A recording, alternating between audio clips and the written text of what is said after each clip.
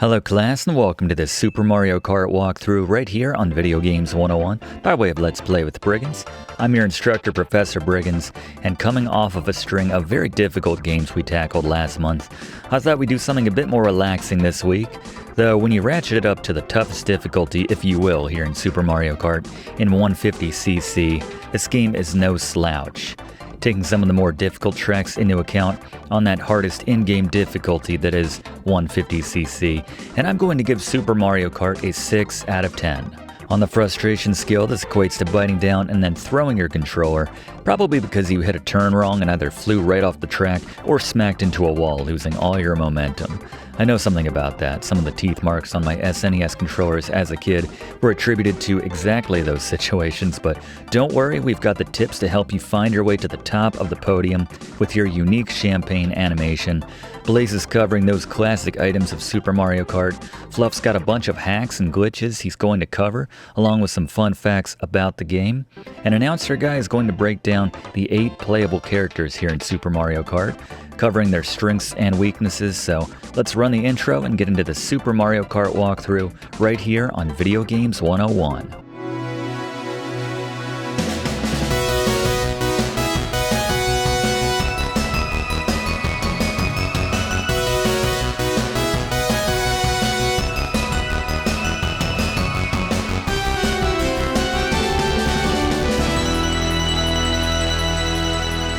Right, before we get into the game, let's take a look at the controls for Super Mario Kart. Hold down B to accelerate, we can brake with Y. We can collect items by driving over the question mark tiles on the ground, and then use that item we collect by tapping A. We could also hold down A to prime those items. In some cases, we'll talk about that. X and select do the same thing. This transitions your view on the bottom half of your screen between the map and the rear view, which is nice, that rear view. In case someone's coming up behind you, you can maybe get a shell ready or a banana peel to get them off your back. We can pause the game with start. We can jump with L or R. I prefer R, just feels more natural on that right side with the rest of the buttons. Steer with the D-pad left and right, and then a quick overview on the power slide, although I'll talk more about this in a second, but accelerate by holding B, and then hold down the direction of the direction you want to power slide in, and then tap and hold down that jump button as you go into that, and we'll talk about that more in just a second. But let's take a look at the Briggs notes now for the Super Mario Kart walkthrough, the keys to gaining first place as often as possible. First, slow and steady, no mistakes. I make this one of the Briggs notes with virtually every racing game we've ever covered, but it's true, slow and steady wins the race. The scoreboard may suggest that Luigi or Yoshi are your biggest rivals, at least in the case of Koopa Troopa, but really your biggest enemy is yourself. Wow, I know, right? But driving mistake-free is the best way to win virtually any course on any difficulty in this game. Driving overly aggressively and loose can cost you in the form of coins, falling off the track, or some combination of both. All bad things. Secondly, know your tracks. Obviously, you can learn the tracks from watching this walkthrough, but once you get a feel for each track, it's a lot easier. You'll know what hazards are coming and what to watch out for, which turns require you to come at them a little wide, or just how to react to every turn and obstacle, which leads into our third Briggs note. Use every move at your disposal. Yes, power sliding is a thing, but it's not always the right move when you go into a turn, depending on the situation, the other drivers around you, hazards coming up, etc. But yeah, sometimes you're better off just letting off the gas. Sometimes you'll need to brake outright. Jumping is also useful for pulling yourself out of an extreme slide to stay out of the rough or on the track altogether. Regarding how to do a power slide, again, as the controls demonstrated, you want to hold down that B button to accelerate, as you normally should be doing anyway, and then when a turn comes up, you want to begin pushing and holding the direction of that turn, a bit premature, then tap and hold R to hop into a power slide. Just make sure you're holding all that simultaneously. You'll see a lot of smoke coming up as you're going into that turn. Still holding accelerate, that turn direction, and R. As you come out of the turn, release R and briefly transition the D-pad to the opposite direction to offset or correct your drift to get back on target. The first Bowser Castle on Mushroom Cup is a great track for practicing your power slides because it's full of 90-degree turns. I ran the first lap of the track twice, once without power sliding and once with it. And by power sliding effectively, you can avoid hitting walls without having to brake, which shaved a couple seconds off of that lap. And that wasn't even my best power sliding demonstration, but over a 5-lap race, that 10 seconds, for example, is huge and can make the difference between first and not even placing in the top 4 to earn points at all. It takes a lot of practice to get the feel for the mechanic, and the responsiveness changes from driver to driver as well. The better handling drivers like Koopa Troopa and Toad won't need nearly as much correction, and honestly you don't really need to do as much power sliding as the other characters if you play as them, as their handling is such that they can pull off a lot of the turns without having to slow down, which the other characters cannot. But speaking of which, number 4, know your drivers. It's time to play Getting to Know Your Drivers, Super Mario Kart Edition. There are 4 pairs of drivers with identical stats, organized on the character selection screen by columns. Not only does creating pairs of identical drivers in terms of abilities save Nintendo programming time, it affords the second player the opportunity to play with the same specs. That's assuming players put any more thought into their pick than exclaiming, "I want to play as the monkey! I want to play as the monkey!" And assuming you do want to put more thought into it, let's get into comparing the drivers. Mario and Luigi. First, note the number of stars given for each of the 4 stats of top speed, acceleration, handling, and weight, with 3 stars being the best a character can receive and no stars being, well, you get it. But Mario, and as an extension Luigi, are meant to serve as the average characters. Neither excels or lacks in any category, making them both well-rounded characters for beginners or intermediate players alike. While Mario and Luigi have the same stats, it's important to note their rivals, meaning the 2 other drivers who will invariably be vying for second and third if you're in first place. For instance, Donkey Kong is one of the heaviest drivers, so he's assured to be bouncing players who choose Mario around at some potentially unwelcome times. Princess, on the other hand, throws out or drops mushrooms, which will shrink you and allow other carts to squish you. Luigi's rivals are Mario and Yoshi, who can activate temporary invincibility in the form of a star on demand and a projectile in the form of an egg, respectively. You know, it's kinda sad that Luigi sees Mario as a rival, but Mario doesn't respect Luigi enough to feel the same. It's also kind of weird that Mario sees who's meant to be his love interest as a rival in the Princess, but let's not open that can of worms. Princess and Yoshi. If you find yourself sliding all over the track, Princess and Yoshi might be the answer, as they've got the best acceleration for getting you going again. Of course, with the second worst handling, they might also be the reason you're sliding all over the track. Still, it's nice to get back in the action fast after hitting a thwomp or another obstacle, and their acceleration is just the ticket. Princess's rivals are Bowser and Toad.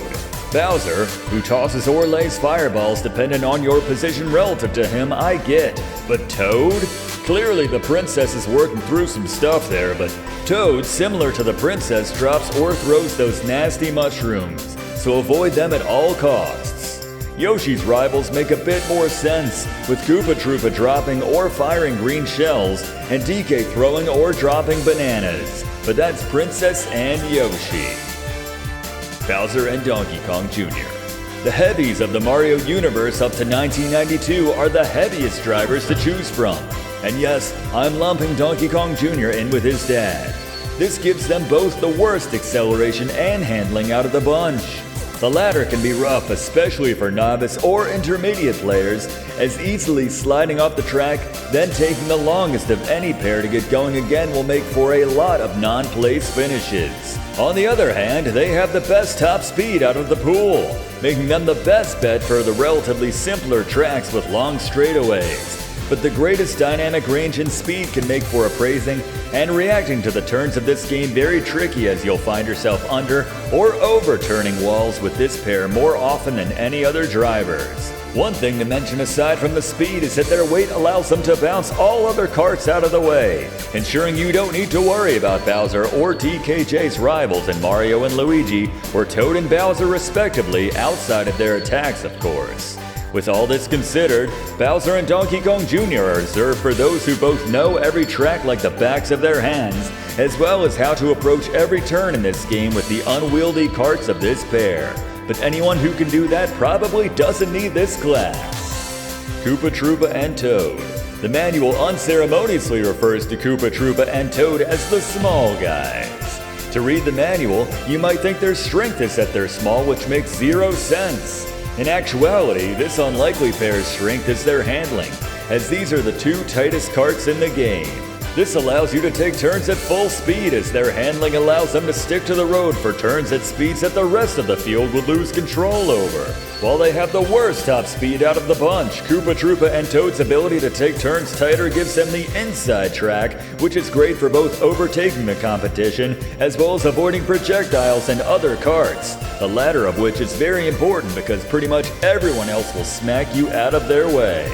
With the second best acceleration, the small guys are the best pair for sticking to the increasingly complicated road layouts and are a great option for beginners and those who know how to use them alike. As every driver has their own strengths and weaknesses, it's up to you to decide which is best suited to your playstyle. Again, and in particular, Koopa Troopa and Toad are great for beginners and those who know how to use them due to their top-tier handling. Mario and Luigi are decent choices for beginners to intermediate drivers for their all-around abilities, and Bowser and DKJ are reserved for the most seasoned kart racers who know every track and turn inside and out. Good luck! Thank you, announcer guy. So he mentioned the rivals for each driver, and that's important for the final Briggs note, or pay attention to the standings. One of the most satisfying things to do here in Super Mario Kart is intentionally sabotaging your direct competition, especially near the end of a race with a projectile to gum up their standings points. There's also a track where you can set your competition back an entire lap, which we'll cover once we get there, but that's enough introing. Let's get into the game now. I will be playing as Koopa Troopa, as he was always my guy growing up, and I just love his handling, as announcer guy mentioned, best in the game up there with Toad. We'll be playing all 4 cups on the hardest difficulty of 150cc. To unlock the special cup, you need to earn gold on 100 on the first 3 cups, and then to earn 150, you need to additionally earn gold on the special cup on 100cc, but you can get a boost here at the start by holding down the accelerate as soon as the chime goes off after that initial chime. A lot of people will say do it right before that second light lights up. That's too late in my experience. You need to do it as soon as you stop hearing that chime, that initial chime. Once that dies out, it lasts for about, maybe just a little under a second, so make sure that thumb is right above the accelerator once you stop hearing that chime. But anyway, first course, very simple. You can see the map on the bottom. Nice and open here. It's a good track for getting a feel for the game. And sure enough, as announcer guy mentioned, Luigi, our #1 competition here. Got ourselves the red shell, which let's bring in Blaze a bit early now to cover the weapons and items here in Super Mario Kart. It's Blaze's best year in Items Guide. Let's cover the items you can get here in Super Mario Kart, from the most common to the least common, though I should point out that your likelihood of drawing these items is directly tied to your current position in the race. But let's start out with the coins. Redeem this to add 2 coins to your total. Again, every coin up to 10 increases your overall top speed, so these are important for gaining and maintaining a lead. If you're getting coins, you're probably doing alright, because when you're in first place, you have a roughly 1 in 3 chance of getting these. In fact, it's tied for the most ubiquitous item if you're in that pole position. The item it's tied with, the banana peel. Arguably most useful if you just tap A when you've got someone directly behind you and threatening. You can also hold up on the D-pad while you tap A to launch one ahead of you. Given how ineffectual the banana peel typically is for hitting anyone behind you, I generally opt for that because it's just fun to fling it. But yeah, a 1 in 3 chance to get the banana if you're in first. Drop to the middle of the pack in second to fourth, and that drops to about a 1 in 5 chance. Next, we have the green shell. This is marginally better than the banana in that you can drop it behind you, this time holding down and pressing A, or you can just tap A to launch it in front of you, which, in the case of your finding someone directly in front of you, this is a somewhat reliable weapon, if you can get close enough. Otherwise, it'll just bounce around the track aimlessly, probably hitting you a lap from now. But yeah, this is about a 1 in 4 chance of coming up whether you're in first all the way through fourth. Much better is the red shell, also known as the homing shell, because its ability to lock onto the target immediately in front of you. Use this on straightaways or in open areas where there's no tight turns featuring walls to dramatically increase your hit chance. You have a very slim chance of drawing one of these in first and about a 1 in 5 in second through fourth place. If you're in the back half of the pack, you have about a 2 in 5 chance of drawing this to get yourself back in the race. The likelihood is about the same in that spot for you as drawing a mushroom actually. The mushroom gives you a temporary boost of speed and is best used to take a shortcut through terrain which would otherwise slow you down. A few tracks specifically are laid out that way to take advantage of these, though sometimes you can just approach a wider turn on the inside track in the case of grass or mud or other obstacles which would otherwise slow down your wheels. Again, this is about the most common item when you're in the back half, and you have about a 1 in 5 chance of getting one in second through fourth place, and about a 1 in 20 chance or 5% of getting one in first place, so it's not impossible. If you do happen to get a mushroom in first place, much like the red shell which is about the same odds in first, hold on to it for the break glass situations, as anything else you get to replace it with would certainly not be as good. Next, we have my item of the game here in Super Mario Kart. The star increases your speed and makes you invincible for between 4 and 8 seconds, with it being on the shorter end if you spend less time on the track, and the longer end if you stay on the track for the duration. While it's active, the star allows you to ignore all other cars and hazards and just focus on the race. This item can be a game changer, especially if you draw it in about 5th place, which isn't unheard of as you have about a 1 in 5 chance of getting one if you're in the back half. You have a snowball's chance of getting one of these in second through fourth, but at least you have a chance, unlike in first, which is fair. The star is about the only item which can protect you from our next item, the lightning bolt. You have about a 1 in 20 chance of drawing one of these if you're in the back half, but this is a game changer as well as it shrinks everyone but you for roughly 17 seconds, slowing them down and making them spin out if you touch them. Incredibly rare, but the lightning bolt can lead to some epic comebacks in the right situations. An item which you will only see on some tracks is the feather. An obvious reference to Super Mario World, the feather allows you to do a decent jump in the air, which lets you avoid a red shell from the other player. This was always an epic moment in battle mode, by the way. Or to take the rare shortcut in a race to jump over a gap or wall, like in the case of the first Ghost Valley or the final Koopa Beach, respectively. One more item to mention, which is mostly exclusive to 2-player mode, is the boo. This allows you to steal your opponent's item, though growing up in my house, everyone always ditched their current item as soon as they saw that boo was in play for the other player. Note that there's some quirks here and there with the relation to the item availability, like the first lap on a lot of tracks cuts down on the variety of items available regardless of your position to some of the blander items like coins, banana peels, and green shells. More than that, some tracks shift some of the estimates I gave here or there, but there's the items of Super Mario Kart. Thank you very much, Blaze. Great tips. So here on Bowser's first level right here, Bowser's Castle, you see the thwomps they give you. Kind of like when they install a new traffic light and they just put it on flashing mode at the start, just to let you know. This is about to go into effect.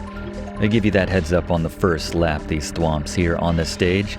But from then on, they are in effect, dropping down, so make sure you're aware of their timing, as sometimes they can, and locations as well, as they can drop down right in front of you and ruin an otherwise fantastic run.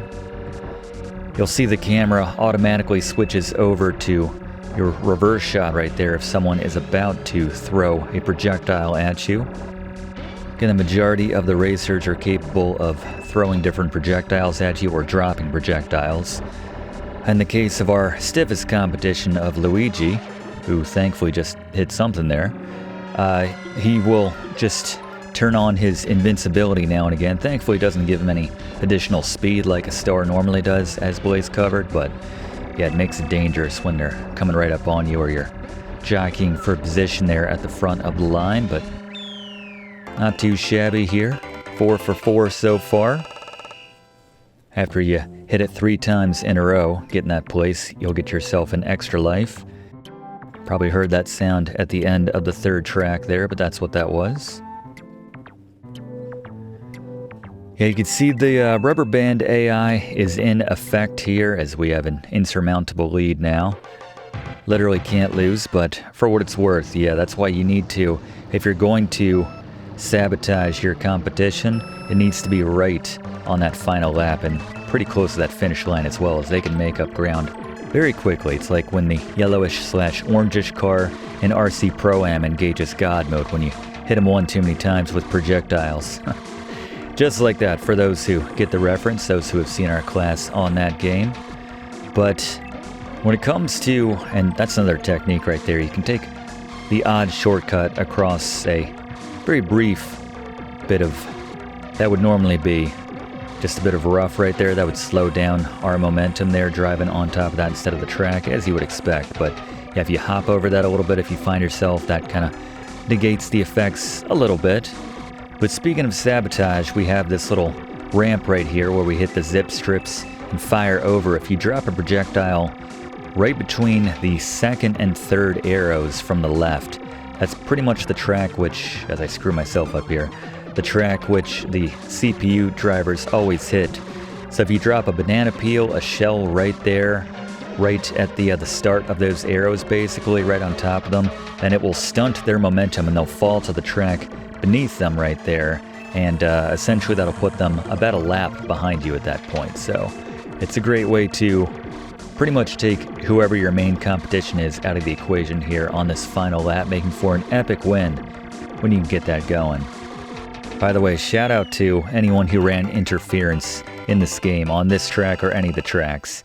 For a sibling or a friend when you'd play this game in co-op Grand Prix mode, it was very satisfying. You know, one person would be the dedicated, trying to get first place every time, and the other person could just focus on taking out that main competition, whoever it was, making sure that right before they hit the finish line, hit him with a red shell or whatever it was. Very satisfying. A lot of bonds were forged over that right there. But we find Koopa Troopa atop the podium. Always liked his little animation of clinking the 2 bottles together. As we took gold on the Mushroom Cup on 150, so let's move on now to the Flower Cup. Most of these tracks aren't too bad, save for probably the Bowser's Castle. I think it's the penultimate stage here in the Flower Cup, but yeah, this cup in general isn't too bad. None of them are all that bad until we get to the Special Cup for the most part. That's when the wheels start to come off, but pretty straightforward layout here. Mind the ridges, as these will force you into a jump, and that's the one problem with using the boost at the start, is you lose some of your coins. Every time we take a hit, we lose a coin. Better than the 4 we lose if we hit someone who's got one of those stars engaged. As our main competition, once again, Luigi can call in on demand. Very frustrating. How often he goes to a little late with that invincibility there, Luigi, but yeah, once we have 10 coins, then we can access our respective cart's top speed. That's why it's important to always have at least 10 coins and then some insurance coins on top of that for when we will take some damage. But anyway, pretty straightforward layout on these early courses here. So let's bring in Fluff to talk about a number of the glitches and hacks and little secrets like that here in Super Mario Kart. Fluff? First things first, let's talk cheats and other hacks. Normally you'd have to unlock the Special Cup by way of earning gold in all of the other cups on 100cc, but you can unlock it prematurely for time trial or a 2-player match race by going to the course selection screen and with the cursor on the Mushroom Cup, inputting LRLRLLRRA to see the Special Cup become available for this mode. A lot of people know this next one, but in time trial mode, you can race against the ghost version of yourself, which represents your best run on that track. To make the ghost version of yourself appear, successfully complete a track without running into the wall or any other obstacles, like the pipes on Mario Circuit. Note that driving off the track doesn't disqualify the ghost from appearing. Successfully complete the track, then select Retry. You'll then see the ghost matching your previous run, even showing up on the mini-map below you. Improve upon your best time while still meeting the requisite of not hitting any obstacles, and the ghost's run will be updated to reflect this, making this a good way to learn new techniques on each track in an attempt to improve upon your best time. While normally once you exit out to another track, the game would erase your ghost performance for that track, you can save it by holding L, R, and Y simultaneously, and pressing X, while the course you want to save your ghost for is showing on the course selection screen. You'll hear a coin chime if done correctly. Then to race against the ghost, choose the course, and then the message pop-up will confirm, "Is this okay?" When it does this, hold L or R while pressing B, and the cursor is pointing to yes. Going back into that race, you'll find your ghost waiting for you once again. Speaking of racing against ghosts, you can race against a CPU if you're feeling lonely in time trial mode by pressing start on player 2's controller while the driver selection screen for time trial mode is up. A CPU cursor will pop up so you can drive against the ghost version of that driver of your choice. One last thing about having a flawless run in time trial. If you complete a race without hitting any walls or obstacles, when selecting replay after your run, you can swing the camera around your driver by holding L or R, putting together some nice shots of your driver during their run. If you'd like a slight change in perspective for your next race, on the title screen on player 2's controller, hold L and R and hit start. This allows that controller to essentially act as player 1, accessing the options and setting up the race of their choosing. Now, when you get into a race, you'll find the screen has flipped, with the map on the top and the driver screen on the bottom. Crazy. Want a little extra boost from your mushrooms? Take your foot off the gas and use that mushroom when you're near a wall, especially around a corner. Press L or R right before you hit the wall and continue holding after you bounce off. In the right circumstances, the mushroom will still be active, and you can lengthen the time you have that super speed for as long as you don't hit anything else, making that mushroom's effect last about 3 or 4 times as long. One last thing, which is actually a lot of things. There are a lot of courses in this game in which you can glitch the game into registering 1 or more free laps for you right by the finish line. For a lot of tracks, which have those colorful blocks right off of the finish line, you can turn around and line yourself up with the finish line, driving parallel with it into the wall, hopping around until the game glitches out and awards you a free lap or laps.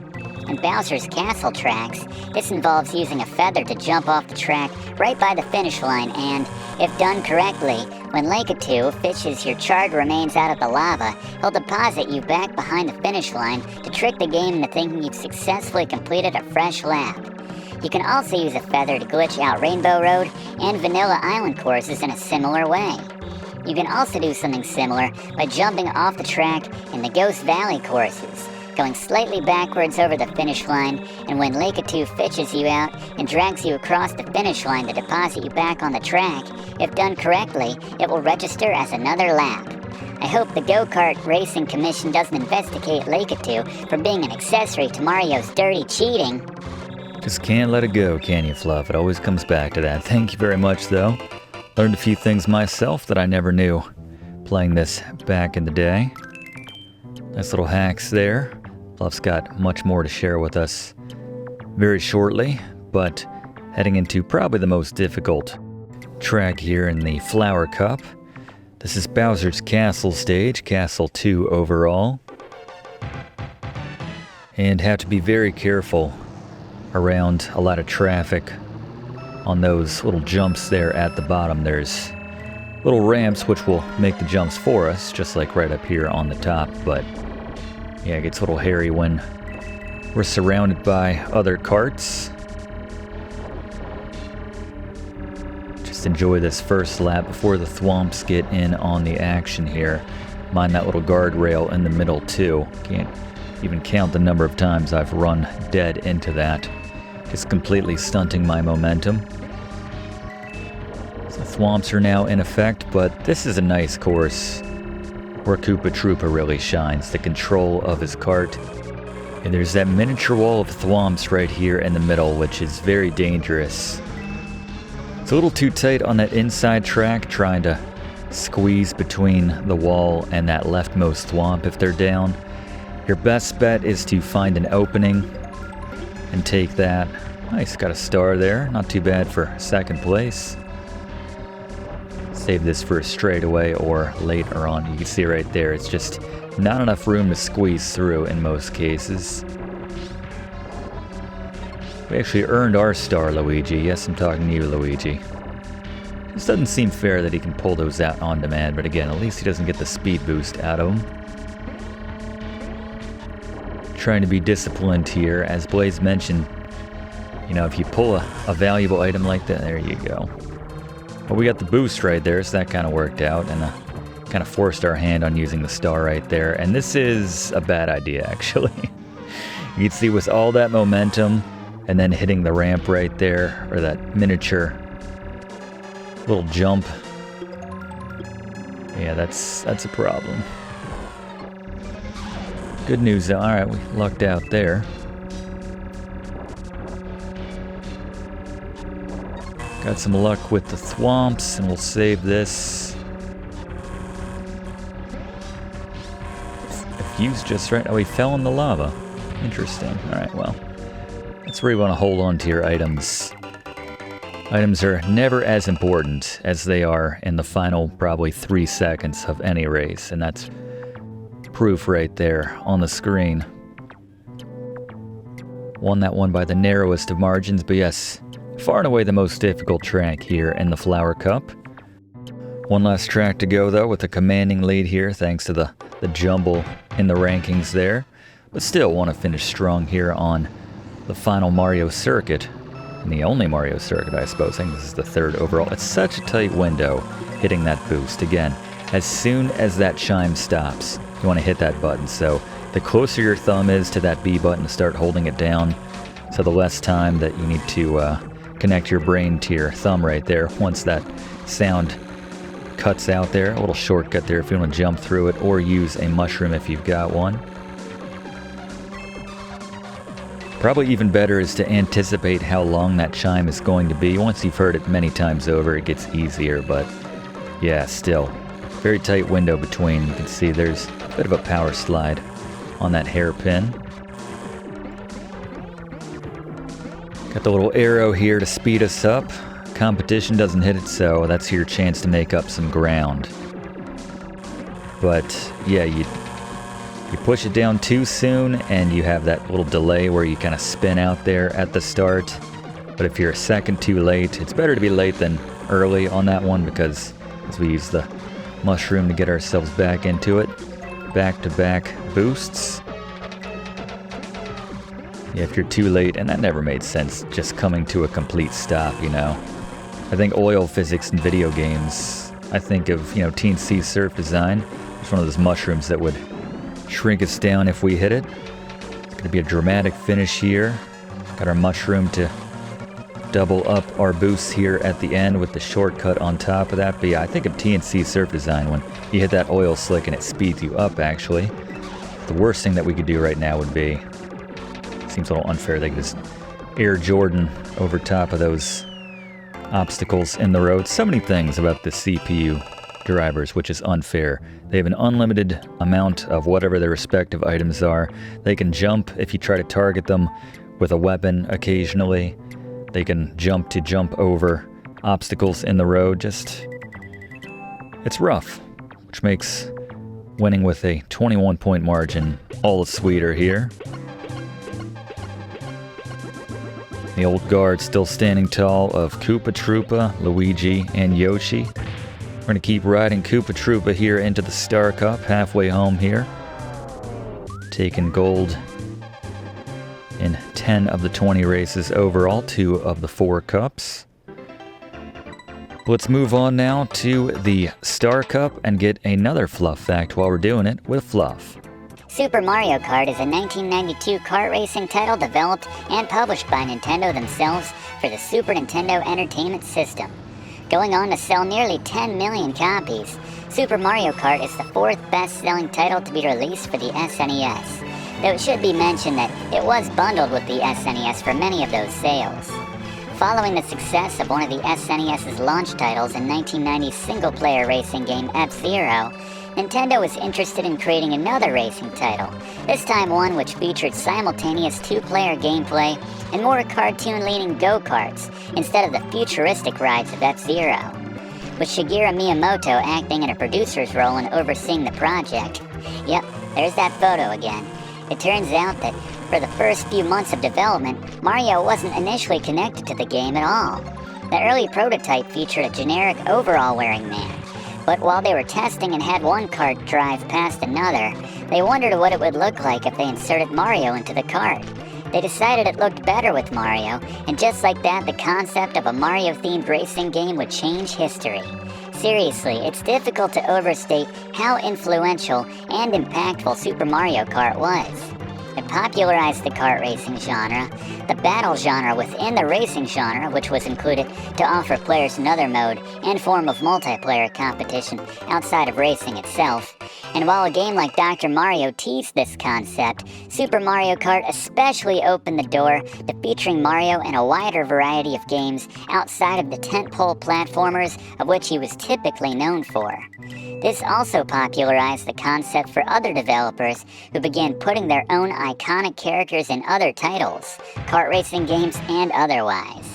While the graphics are dated and the gameplay is a bit wooden by today's standards, Super Mario Kart established one of Nintendo's most popular and enduring series within a series, which has seen over a dozen releases and generated combined sales of roughly 200 million at the time of this class. That's 200 million copies, Professor. Yeah, they've done pretty well for themselves with it. Thank you very much, Fluff. I played Mario Kart World recently. Enjoyed that quite a bit. Yeah, they don't mess around with their flagship titles like that. All their tentpole series, as Fluff mentioned. But, yeah, obviously come a long way. A game like that when you have just dozens and dozens of drivers to choose from. Hopefully that won't cost us. That's why we hold on to our red shell. I think the series is, we have another cut through right there. If you have a mushroom, obviously that's the place. I have to say, as much as I loved this game, once I got my hands on 1996's Mario Kart 64, and I've talked quite a bit about how my Nintendo fandom was at an all-time high in those mid to late 90s when I got my Nintendo 64 as a kid. But yeah, that's when I was like, yeah, this game that we're playing right now, it's good, but yeah, they just improved on so many aspects in Mario Kart 64. There'll be plenty of time to talk about that once we get to that class, but still very much enjoy this one as Koopa Troopa just driving off into the chocolate there. Choco Island. But moving on now to the third round, third track here on the Star Cup. This is Vanilla Lake, and the thing you gotta watch out for on this track are the little ice cubes, literal ice cube blocks, which are nailed at that time, but attraction more difficult to come by in general on the ice, as you'd imagine. But important thing here on this track, aside from minding the ice water right there, is to stick with the same exact path through that little ice area, the ice blocks, because they do not regenerate, which is nice, and especially once you get more of the field coming through, you get more of an opening. But yeah, just stick to the same track you took the last time to ensure that those ice blocks have been removed. You can also just kind of hug the right wall on this one to get past the rightmost leaning ice block. Other than that, a very short course, as most of these are. It's also the odd title in the series, this one, where you have 5 tracks, or rounds as they call them, per cup. Normally it's 4, they knocked it down to 4, starting with Mario Kart 64. Always like the urgency when that music kicks up on that final lap right there. Luigi still hot on our heels though, going into the penultimate track here on the Star Cup. And wouldn't you know it, it's another Bowser's Castle track, the final one actually, Bowser's Castle 3. the most difficult overall. Yeah, even though it's not the final cup right here, this is one of the most difficult tracks in the game. As you can see, just from the map, complicated little island area on the left side of that map. And that's before you even get the thwomps in on the action. You can see a few of them taking up residence on some of those islands. Nice when you can hit that turn tightly enough to hit that arrow, but there is one, as I still managed to miss it there, on that leftmost of those 3 columns, which you can drive through there, those 3 alleys. But the thwomps are now in effect. I like to take the inside track here between the two. Makes this turn a little bit tighter, but yeah.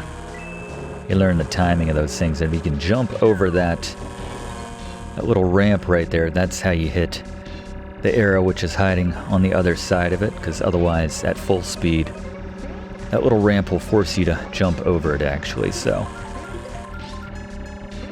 some nice jump in there, Loogie.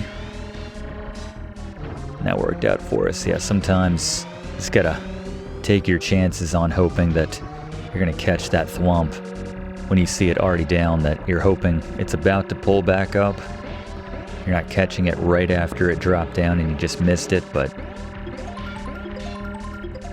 nice to save yourself some items for the last run as well, depending on your placement at that time. Watch that shell come back and bite me. Got 7 other cars and that thing's bouncing around in a very tight window. Tight little corridor. There we go. Got Bowser. It was kind of bothering me that they seemingly use the banana peel sound effect for someone hitting a shell, but there we go. Right behind us, though. Could not have cut that one much tighter. But that'll do. That'll do, Koopa. Got 3 good laps of sub 22 seconds there.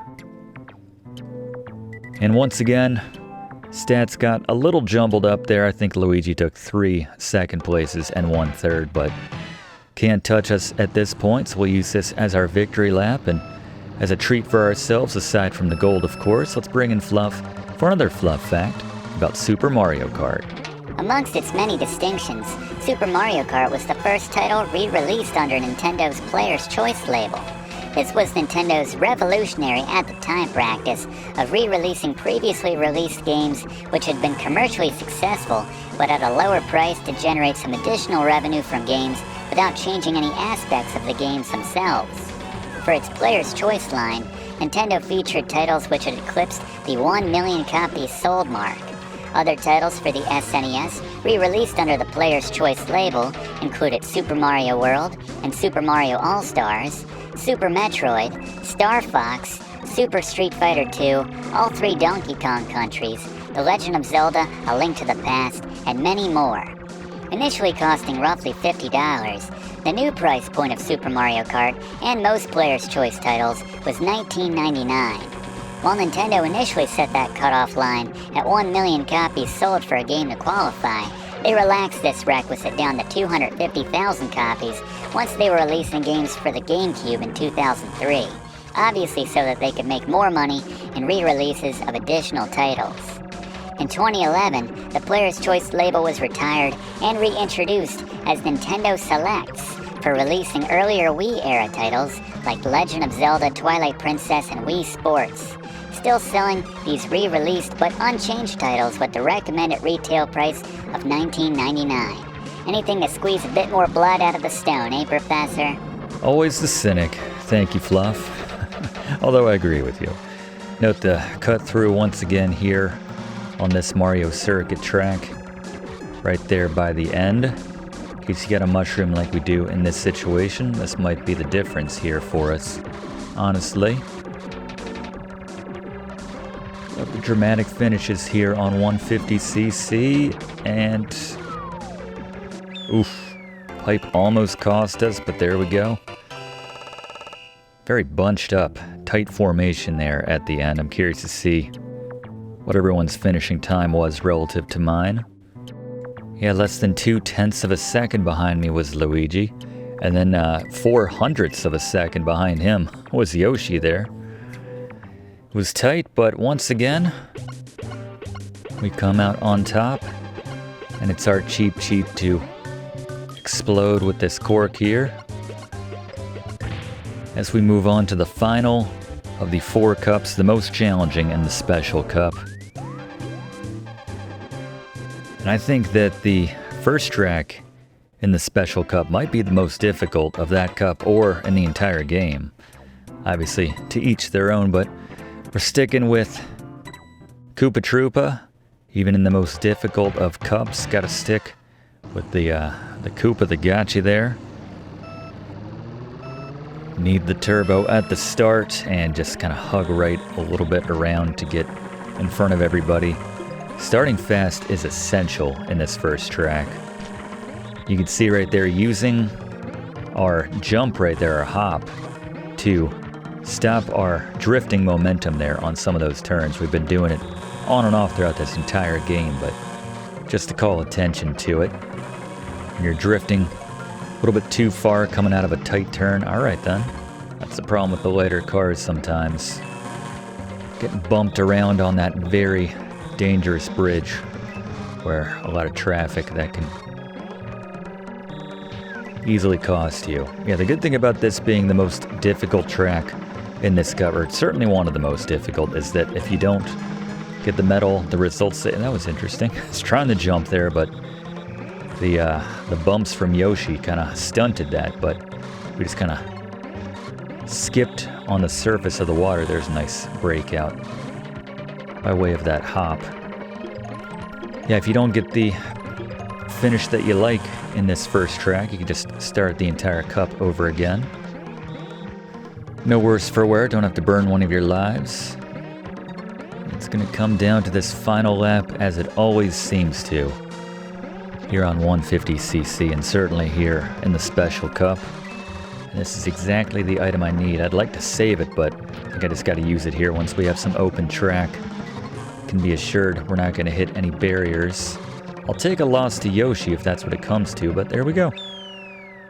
Actually had a nice little cushion there, and thankfully Yoshi took second, so already kind of complicating the rankings there, as I fully expect Luigi to bounce back here in this second round.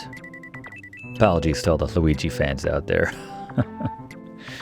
But moving on to the second track here, back in Koopa Beach, and you'll see that large wall which juts out there. That's a good use of your feather if you happen to have one. Just take that nice and tight. Right here we're going wide, obviously, to hit that one off little item tile there in the ground, but yeah, mind the Cheep Cheeps bouncing around and the darker water, as that will submerge you and take you quite a bit to get out. Spend enough time down there and Lakatu comes and fishes you out, taking a couple coins in the process. As the manual describes it, even if you don't have any coins, he'll still retrieve you with his fishing pole, because that's the kind of guy he is. They're basically saying, Lakatu's a good guy. Very short track, though, as you can see right here. A mushroom goes a very long way, and just, oof, dangerous.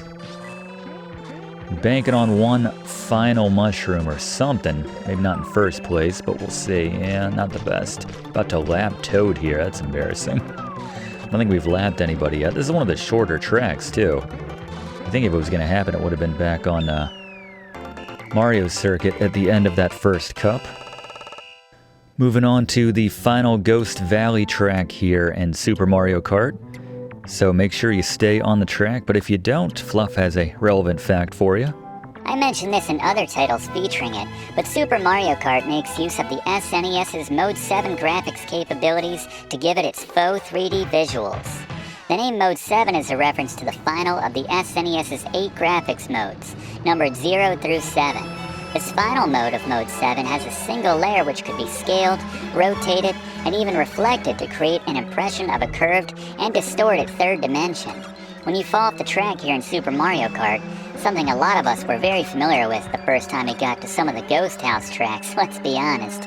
You're seeing that Mode 7 in action as the character shrinks, giving the impression of falling into the void, not to mention creating more work for Lakitu. Many games we've covered here on Video Games 101 for the SNES in the past have utilized the system's Mode 7 graphics, including Super Metroid, Contra 3 The Alien Wars, Secret of Mana, and more. Thank you very much, Fluff. Would really love to be in front of all this traffic right now, especially when we have very few guardrails to protect us.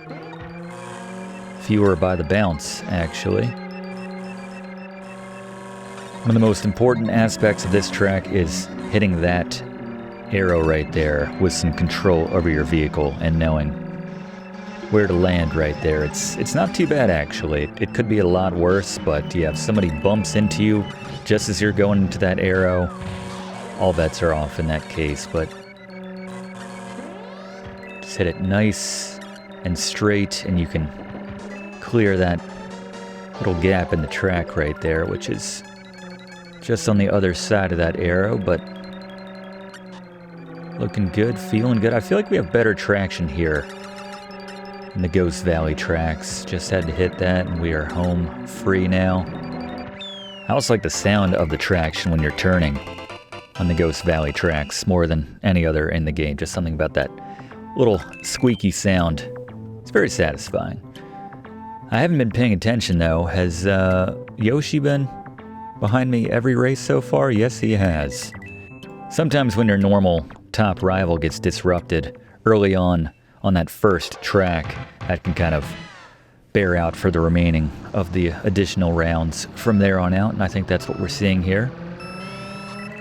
One more vanilla lake, just surrounding a giant frozen lake here, and you can see there's a little bit of a cut through. Giant blocks of ice, but yeah, if you're careful, and then take the inside track when you're coming back around just shy of that finish line, and you're in pretty good position there. You can see everybody cleared out this rightmost block, so that's not going to be an issue.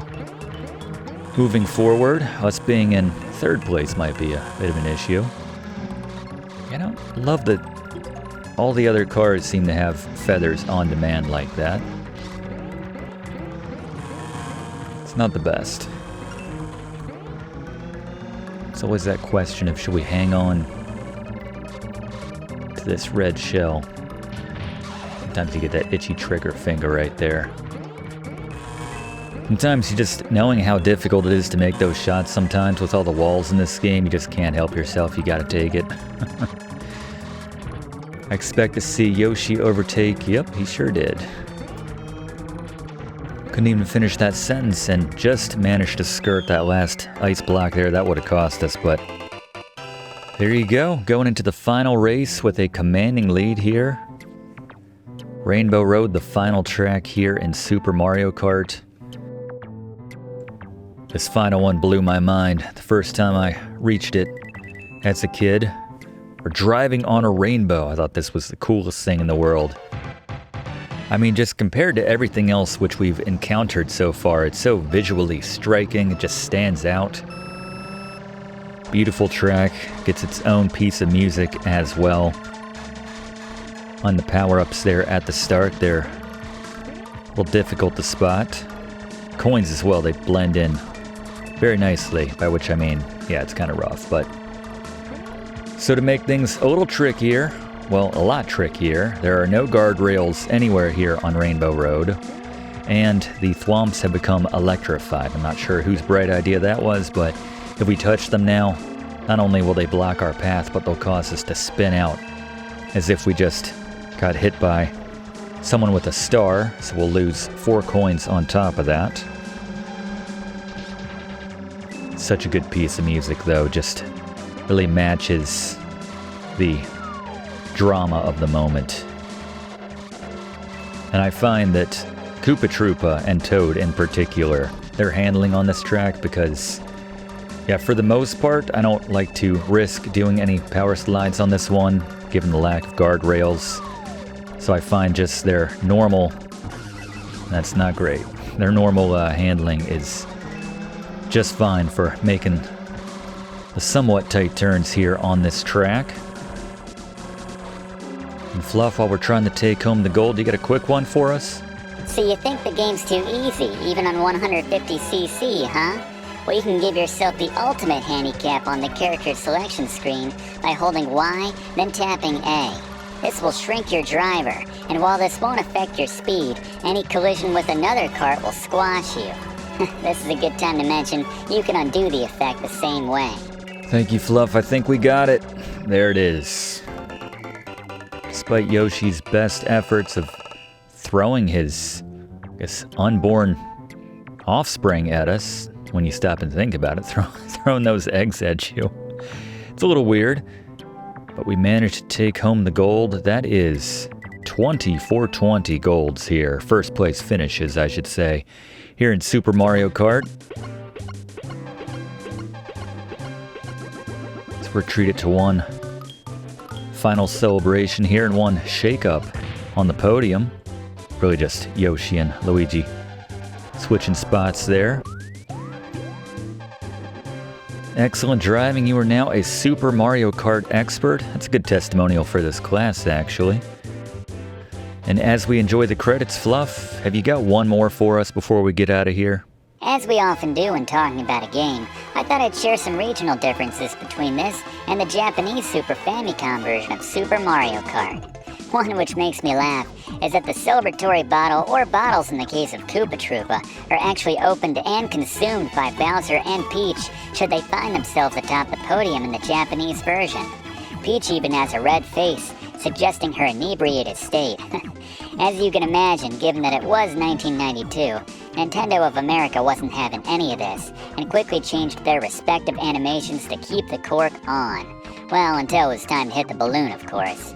Speaking of which, a prototype of the game actually had different animations depending on the rank the player got. If the player came in second, a Super Koopa appears over the podium before ultimately getting hit by the cork. And taking third place, we'll see a flock of Koopa paratroopas flying over the podium, one of which will also get hit by that winner's cork. And getting back to the Japanese version, if you do the aforementioned LRLRLLRRA cheat on the time trial or versus menu to prematurely access the special cup, you'll hear the sound effect of a booze laugh. Seems like such a random thing to cut from the North American release, but one last thing to mention, just because I don't know where else to mention it. When you take a look at the driver list, one driver seems to be the odd Kong out, as Donkey Kong Jr. hadn't really made any appearances outside of the odd cameo role, and this was still a couple years before Donkey Kong Country took the 16-bit era platforming by storm. Shigeru Miyamoto explained that Donkey Kong Jr.'s appearance was due in equal parts to it being the 10th anniversary of his debut game in Donkey Kong Jr., not to mention his tank top was just easy to design. Simple enough. Thank you very much, Fluff. Excellent work today. Good work to Blaze as well. Gary got the day off today for obvious reasons, but yeah, that's our time for this week. If you haven't already done so, please consider subscribing to enroll in Video Games 101. We do one of these classes every single week in the same spot. We'd love to have you enrolled. Click that like button too if you don't mind. It really does help us out to make future classes for you. And leave a comment. Who's your favorite driver to play as here in Super Mario Kart? What's your favorite of the battle mode courses to play on? Obviously, not a lot of challenge there, just a bit of fun, but used to spend a lot of time on that with friends when I was a kid. But that's going to do it for us. That's our time. We'll see you next week in the same spot for next week's class, right here on Video Games 101.